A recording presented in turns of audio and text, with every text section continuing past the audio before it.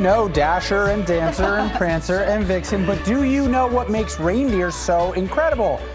Neither did we, so we sent one of our best to find out. Yes, ABC's Inez de la Catera bundled up and headed north to explore Santa's favorite animal with help from an indigenous group with a long history of herding reindeer. About this time every year, reindeer really get a chance to shine. From delivering presents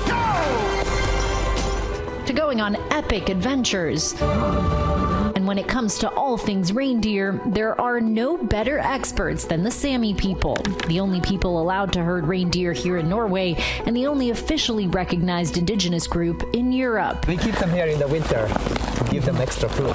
We meet up with Johan Isak Turiaskal of Tromsø Arctic Reindeer, whose family has been herding reindeer for generations. And how many reindeer do you have?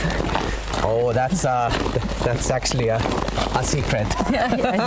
We learn reindeer have no need for a blinking red nose, since their nostrils warm the air they breathe. And in the winter, their pupils dilate to let more light in. This is reindeer moss. This is what they eat typically. It's buried under the snow. And reindeer herders supplement this with pellets. Come on, Mima. It takes years to train sledding reindeer. Johan shows us how to harness them. Oh, very easy. Okay. Perfect.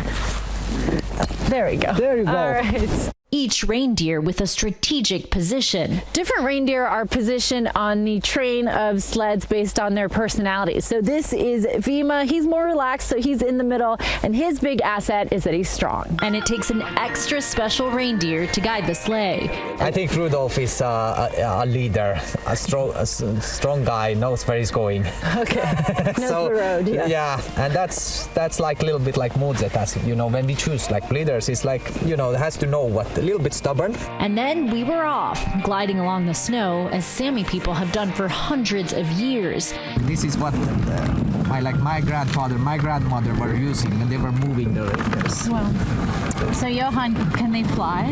Yes, they can fly. They can fly. Yeah. In the Christmas Eve they fly. Okay.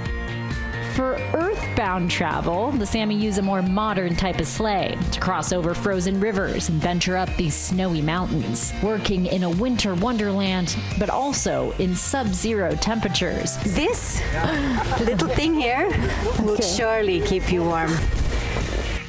Inside, by the fire, we got to learn more about this rich and unique culture, from the traditional yoking to the many challenges faced throughout history by the Sami community. In the past, the politics was to try to assimilate the Sami.